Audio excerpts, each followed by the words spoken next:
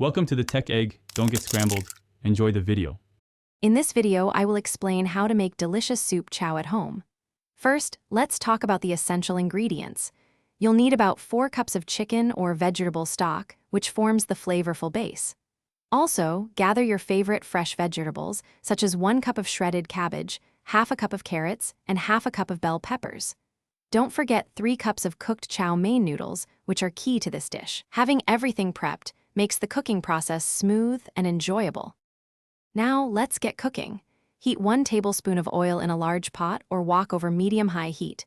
Add 1 teaspoon each of finely minced ginger and garlic, sautéing them for about 30 seconds until fragrant. Next, toss in your chopped vegetables like carrots, cabbage, and bell peppers. Stir-fry these for approximately 2 minutes. This quick sautéing step helps to bring out their natural flavors and ensures they retain a pleasant, crisp texture in your soup. With your vegetables fragrant, it's time to build the broth. Pour in 4 cups of chicken or vegetable stock and bring it to a rolling boil.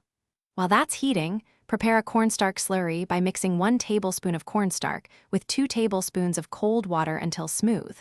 Once the soup is boiling, reduce the heat slightly and slowly stir in the cornstarch slurry.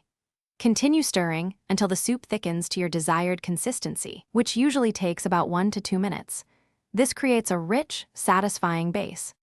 For the final touches, stir in 2 tablespoons of soy sauce and 1 teaspoon of vinegar to balance the flavors.